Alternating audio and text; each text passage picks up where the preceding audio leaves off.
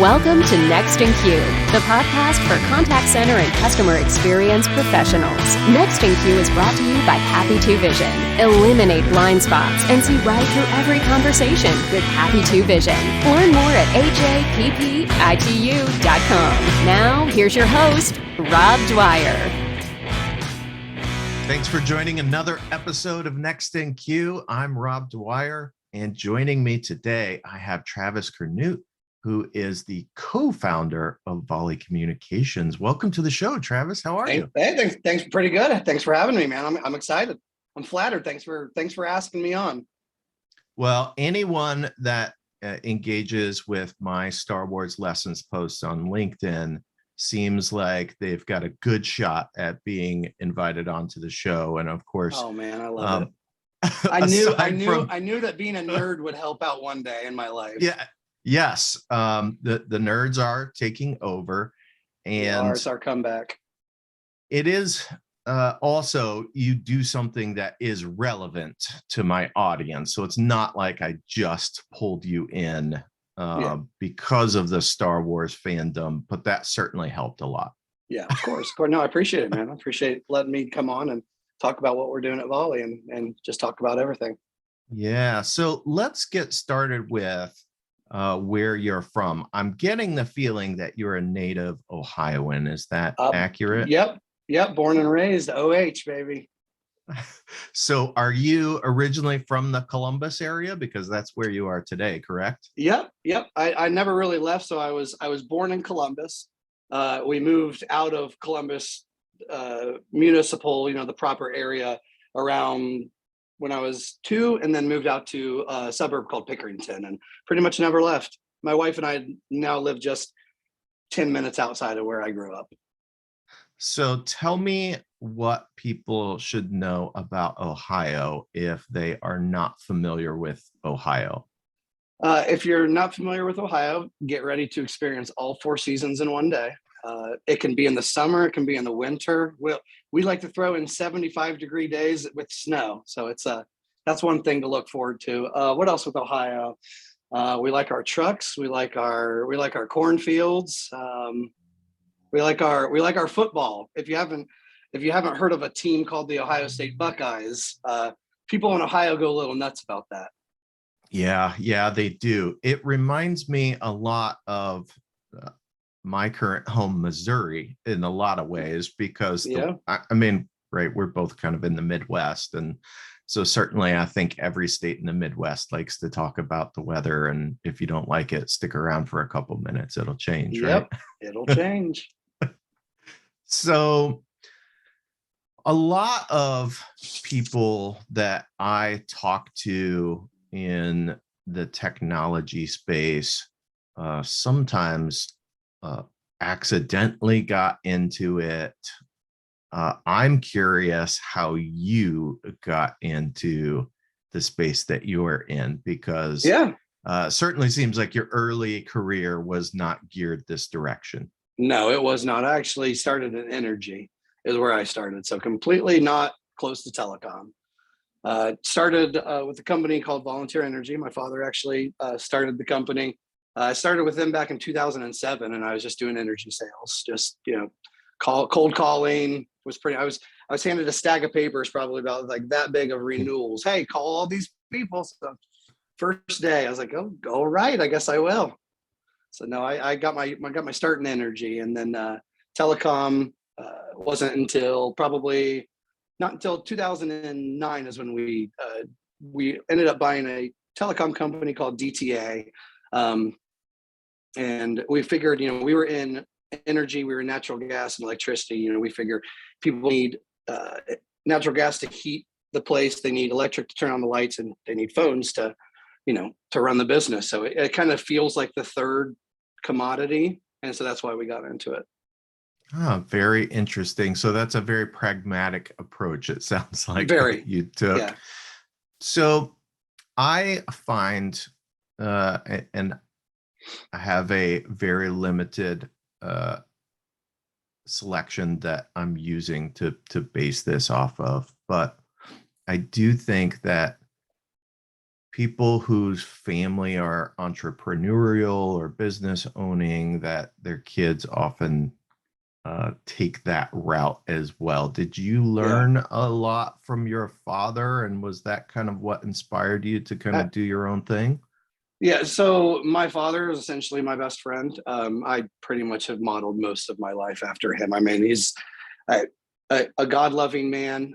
He raised me to be respectful. He raised me to always work hard for everything, and he definitely did. Literally, I mean, I model most of everything I do after him. Yeah, it just seems like those values and kind of the things that you pick up along the way as a kid kind of often translate, and it seems like people whose parents have that entrepreneurial spirit just end up doing their thing at some point down the road as well. Oh, he's still. I mean, he's my dad is getting ready to hit 70, and he still can. He's excited to start calling more of his contacts to get him on telecom. I mean, it's just my dad is just my. Not many people know much about the energy industry, but I mean, about 30 years ago, before you could choose other suppliers to get your gas from, my dad is actually the first one to broker the first ever deregulation deal in the United States, and it was through the Wendy's Corporation. He was Wendy's energy manager, and Oh, so wow. deregulation was literally pretty much crafted by my father. So it's been really fun just to watch him in the industry. And I remember being 5 years old, being in this high rise in downtown Columbus, just looking down on all the cars. They look like little micro machines, and literally I wanted to be my father ever since that day. I love that you managed to squeeze micro machines into Yep. this, because that was a childhood favorite of mine as well. So, uh, you said something right. A lot of people don't know a lot about the energy business.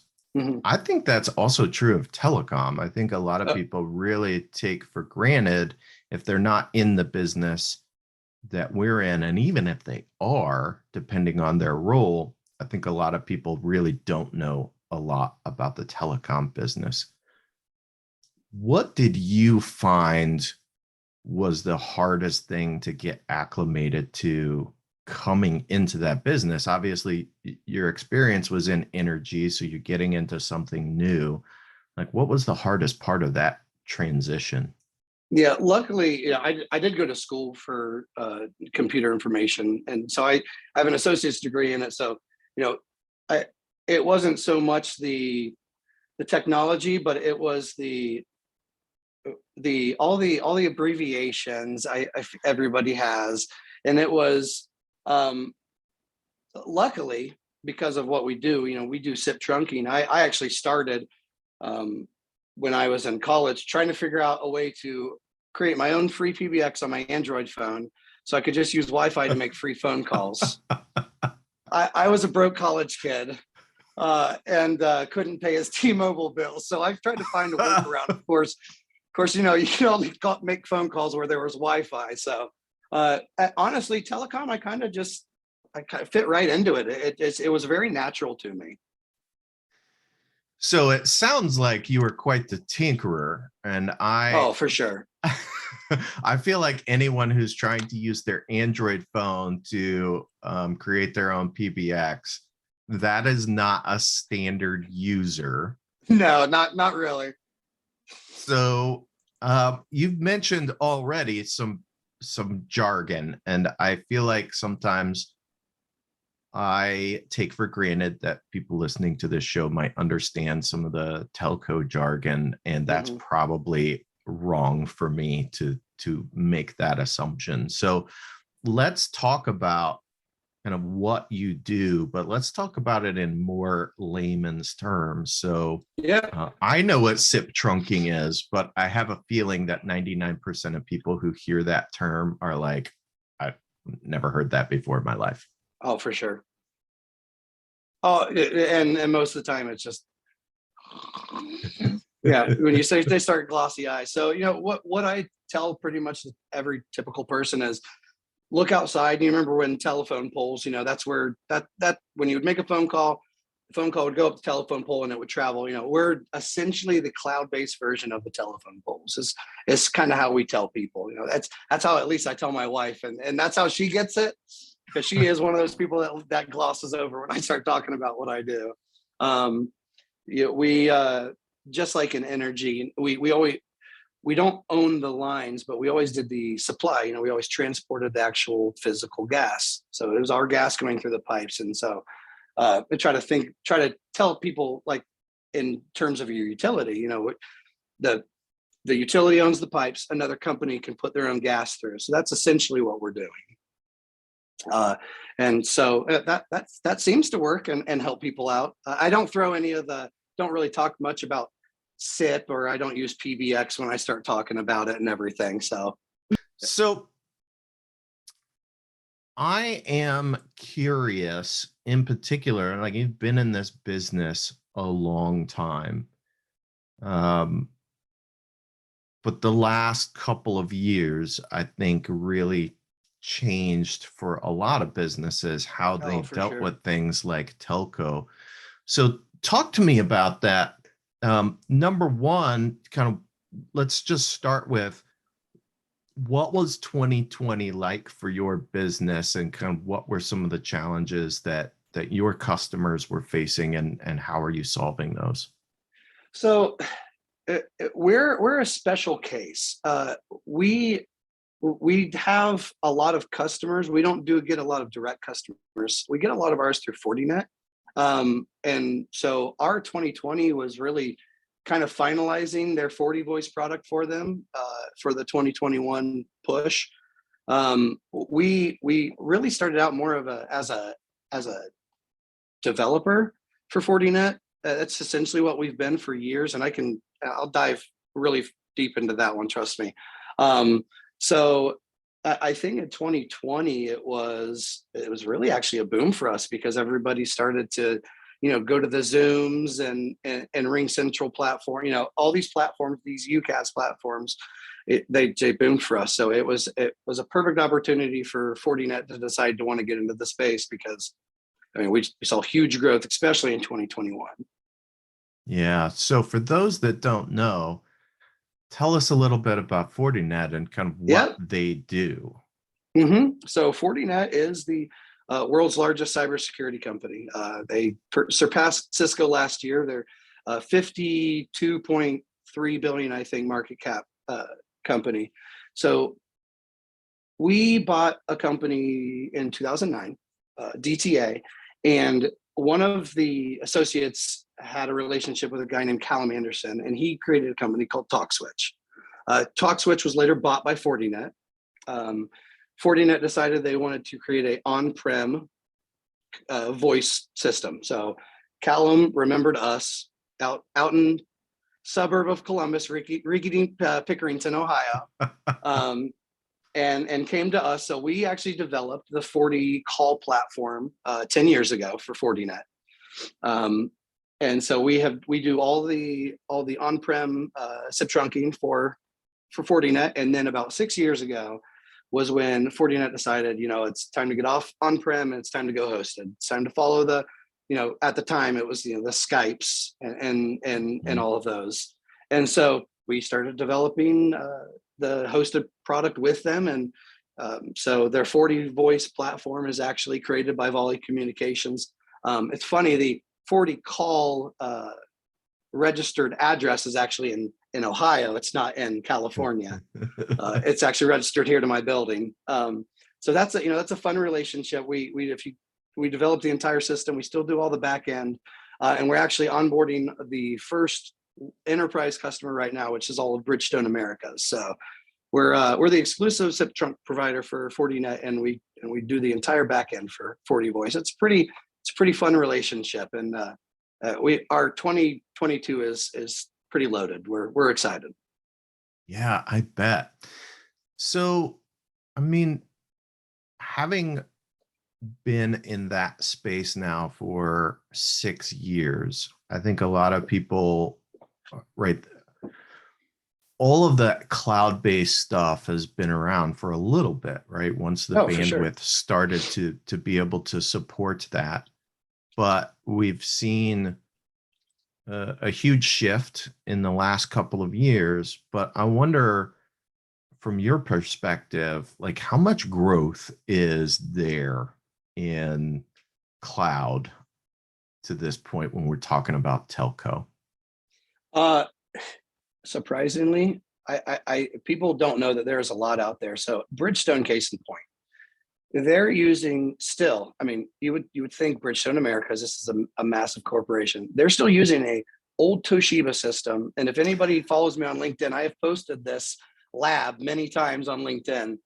It is. I mean, we have hardware from 2004 that's still being used. So there are so many enterprise customers out there that are still using these hosted platforms.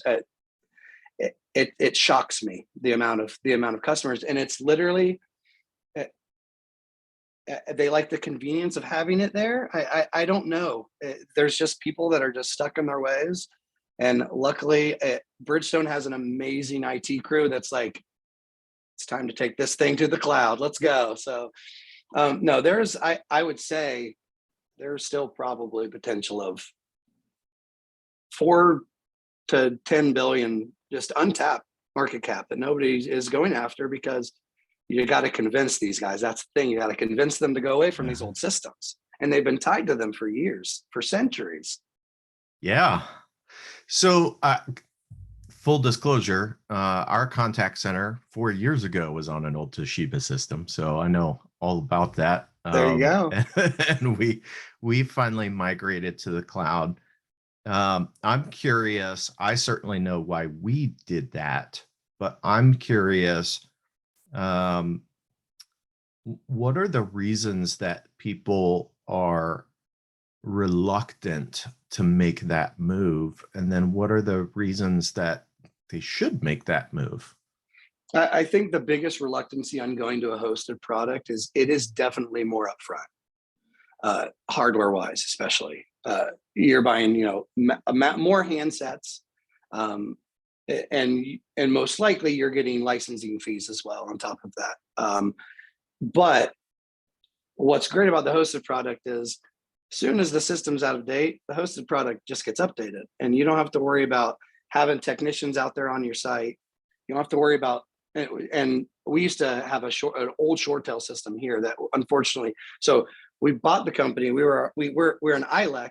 We're our own telco, and we can't supply it because I unfortunately signed a stupid contract with ShoreTel. But even then, if we wanted to replace that current system, it was going to cost 20, 25 grand. You take away those fees and hardware upgrades that you got to do every 4 years with a hosted or with an on-prem than you do with the hosted. I think that if you can get over the initial bill at first, the savings then just compounds every month. And then just the ease of a system that's in the cloud, with especially if you have 2,200 locations, being able to all be essentially the same system, just over 2,200 stores rather than 2,200 systems linked together at one central hub. It just causes a lot of headache, especially if you want to expand rapidly. Yeah. And, one of the things that I think is unique when you talk about that alignment of product, particularly in an enterprise system, like you're not dealing even just as an end user, you're not dealing with different hardware and different ways of doing things. So I remember every time I would switch to a new phone, that phone had its own unique way of executing certain things, right? So if you want to put somebody on hold, right, you got to go through this. It really gets the place where it always ended up becoming a fail point was when you had to transfer someone. Oh, that's the same issue that Bridgestone was running into, and anybody in these old systems. And with that Bridgestone system, and it was an old AdTran, so we were trying to reverse engineer away for the entire 40. So when we created an account, I mean, we're tying into the entire Fortinet security fabric. So we have to make sure that the Fortinet security fabric, with how advanced it is, can then be retrofitted to work on old analog systems. So it's like, oh, there's just such a headache. Yeah, trying to shoehorn new technology into old technology is never the easy thing to do. But always. I tell you what, though, if anybody can do it, my team can. That we were told that we couldn't do what we did with the Adtran. All it took was a weekend. So I mean, my guys are definitely underpaid, but don't tell them I told you that. Okay. Well, you better tell them not to listen to this episode. Oh, they will be. I guarantee you, as soon as they hear it, they're coming right to my office. Travis, I heard what you said. Yeah, that's gonna happen. So talk to me about LinkedIn, because you have been pretty active on LinkedIn. I see you there regularly. That's how we got in touch, was LinkedIn. So what's your experience on that platform been? Honestly, so we went to Expo last November, Channel Partners, and that was really the first time I started to be active on LinkedIn. So I pretty much just have only been active since last November. I've had an account for years. I had to make one a long time ago for college. So, I like most people, I've always had one. I just didn't use it. But then, I started listening to more stuff like Gary Vee, and starting to hear about using LinkedIn. LinkedIn now is like Facebook was when it first launched with the algorithm and everything. So I was like, you know what? I'm going to dedicate 6 months. I'm going to post every single day. I'm not going to pitch my product. I want to pitch the values that I'm trying to have my company. That's what I want my company to be known for, its values, not its product. And so I'm going to try it for 6 months, and it works. If you just dedicate the time, it works, and it has been a blessing for us, especially not just me on my LinkedIn, but my employees, the actual company page, and having people reach out to us. It's been really, really fun. Things have definitely kicked up in the past few months. We've definitely gained some traction. Yeah, it seems like the difference between Facebook and LinkedIn, for those that don't know, while you do occasionally get some things that I think most people on LinkedIn go, this really isn't the place for that. It really is a place where you can truly network, find people who are like-minded, and find people who maybe have a solution that for a problem that you are trying to solve. And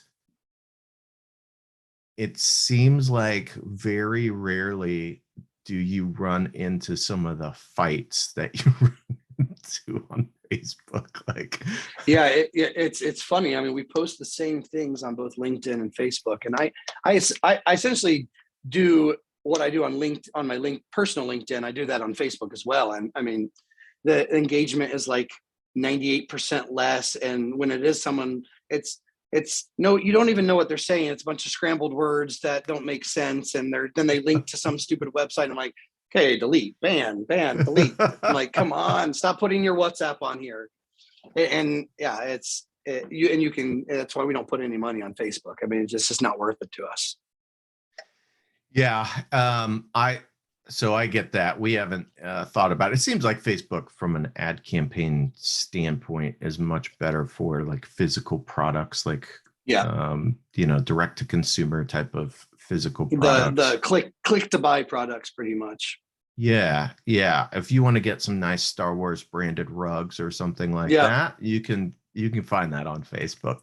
Yeah, not so much if you want to set up new SIP trunking for your company and learn about the Fortinet products. And it's just not the place for it. But LinkedIn has just been just a miracle for us for our marketing. Yeah, I would be remiss if we didn't talk about the shirt that you're wearing today. Yeah. So for those that can't see, maybe they're just listening and not watching, what do you got going on today? So I got actually got this. It's a Vans button-up shirt. It's Marvel. It's got X-Men. It's got Avengers. We got Iron Man here, Spider-Man, Captain America. I'm wearing my Toy Story shoes. If you can't see, they're Woody. I'll pull the other one up. Very nice. Yeah. So for those that are not watching, you should be watching. You should just go to YouTube and watch this, because the bottom of his shoe says Andy on it. That's pretty amazing. I absolutely love that. I think that I'm a nerd to my core. I mean, I failed out of my first year of college because I could not get off of World of Warcraft. So I mean, it was bad news bears for me. You're in good company. I think David Powers, who was just on the show. I do. Yep, he was. And I love that Drew got you guys together. I love it. Yeah, he did. And it was a great conversation. We're actually we're planning the three of us getting together on an episode of Caffeinated CX. So we had to move it a little bit because Drew decided that he would take a vacation. I don't know what he was thinking, but good job, Drew. Yeah, so we'll get that going. It's going to happen soon, very soon. Awesome! I can't wait. Yeah, so to hear it.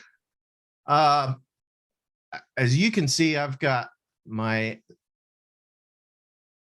the time this airs, hopefully, national champion Jayhawks shirt on today, as I often do. We are recording this on the day of the national championship game against North Carolina, and I'm very excited about it. But you're not a basketball guy, and I know You're probably like bored to tears with all of this basketball, but you do have a passion in the sports world. So what is that? I do. Hockey. I sleep, breathe, live, drink, eat. Hockey's my life. And luckily I married a woman. It's as equally her life as it is mine. So, so what got you into hockey, right? I mean, especially, right. You mentioned that you're in Ohio, right? The Ohio State University, like football is life. Mm-hmm. But why hockey? How did that happen? Well, not many people know this, but we do have an NHL team, the Columbus Blue Jackets. And just to circle back around, I got into it because of my dad.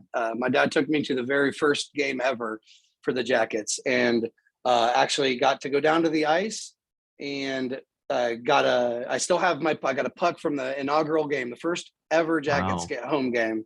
I wish I still had it in my office, but I don't. I promise you I have it though. So my dad took me there, and I just started playing street hockey as a kid with my friends, and started going to the ice rinks in Columbus, and I've just always, I've always skated. Got back into it when I was 28, started playing in an adult league, and then somehow found my way onto being a coach for the Ohio Warriors sled hockey team. They're affiliated with the Columbus Blue Jackets as well, so it's we have our home ice in Columbus, and it's a really cool experience being part of the Jackets hockey, especially with just how much I love it. My wife and I are season ticket holders.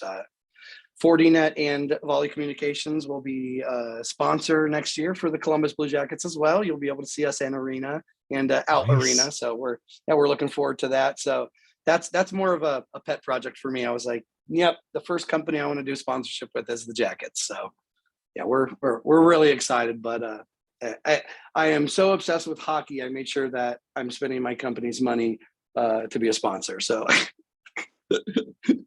that's a little selfish of me, but luckily most of my staff also loves hockey. I love that. I mean, I think that's a great way to, incorporate a passion that is outside of work with work. And it's, certainly aligns you with people that may be very like-minded, right? I mean, when you think about how you want to advertise and what you want to sponsor, it can be really helpful to, be working in a space that you're like, well, we're going to have that in common. And yep. Everybody likes to do business with people that they like and that they can talk to. And certainly if you can sit there and talk about hockey all day long, that's going to help. If you want to get me to shut up, then don't talk about hockey. But if you're ready to hear me talk for 5 hours, I'll just run my mouth all day about hockey. Well, obviously, I'm a basketball guy, but I'm also a baseball guy and a football guy. Like hockey is where I'm lost, quite honestly. I actually had another hockey enthusiast on recently, Shayna Hayes, and I understand people's passion for hockey because I lived in Minneapolis for a couple of years. So I get it. It's kind of a popular sport over there. It is. They definitely have a thing for it. Like Friday Night Lights, it's football in Texas, but in Minnesota, it's hockey, right? People. my people. You're right. But as much as I love going to a live hockey game, because I do, especially if you're up close, there's something very visceral about a hockey game that is unlike any other sporting event that I'm familiar with. But it's just not my thing. And I think that's okay. But I will say, if you've never been to a live hockey game, you should try it, especially if you can get good tickets and be down close to the rink, because it is it's a totally different kind of experience than any other sporting event. I just love how fast paced it is. I love the physicality of it. I know I'm a physical guy. I played football. I like to hit people around. Actually, when I was 32, I got tripped on the ice and ended up going right into the boards, and so completely blew up my whole foot, ankle, everything. So my left foot was like this, my right foot was like this, and so right into the boards. My ankle just exploded. I've got two plates. I've got 12 screws. I've got a composite ankle joint now. I've got cadaver ligaments in me now. They had to replace all the muscle. It was like a 70% reconstruction of the foot. But the doctor told me it would take me 14 weeks to walk. I was on the ice at 10 weeks. Wow. Nothing says I'm a hockey guy like I blew up my ankle and 10 weeks later I was back on the ice. Amen. That's the most hockey thing ever. So in case you're watching this and you didn't think I actually loved hockey, I really, really do. Yeah. It also says that maybe you've lost a screw or two somewhere in there. And there's floating definitely around. a few. There's they probably got knocked out of my ear, and I just should have grabbed them and put them back in, but oh well. Yeah, for those of you who are just listening and were imagining the direction of Travis's ankles, don't go look at the video because it will just make you feel pain. So just don't do that. Just trust me when I say that they're in directions that should not happen. And it was funny too, because as soon as they got me off the ice, I must have been delirious. I was just being super nice and stuff. And my daughter later, when I was in the hospital bed, after they had finally, put the leg back where it should be, she goes, "You were really, really nice to the emergency workers. Why were you nice? You're never nice." I'm like, "Oh my God, you're so." Yeah, my kids, I mean, they're sarcastic just like me and their mom. So it's fun. It was nice having my entire family there watching me blow out my foot. It was my youngest daughter's first time ever watching me, and I just convinced her to do the Jackets Get Out and Learn program for young kids. And as soon as that happens, she looked at her mom and said, "I'm not playing hockey ever." Yeah, that seems like maybe not the best way to encourage your kid to play hockey is to see that happen to you on the ice. Luckily, she's over it now. I mean, she sits next to me at the games and she's screaming, "Fight, fight, fight." And my 6-year-old actually tried to start a "refs you suck" chant the other night at the game. So I'm proud of her. You have indoctrinated them well. Good job. Oh, for sure. Oh, absolutely. That's what good fathers do. Yeah, absolutely. Well, listen, Travis, I know that we could probably spend more time talking about hockey, and then those people who don't watch hockey would be like, what has happened on this podcast? Where's this podcast going? Right. Let's get this back on the rails. I didn't realize that we were listening to ESPN all of a sudden, or some knockoff version of it. But I love it. I am so glad that I got the opportunity to talk with you and learn more about what you're doing, and really appreciate you taking the time this morning. Absolutely, man. I appreciate you taking the time and having me on.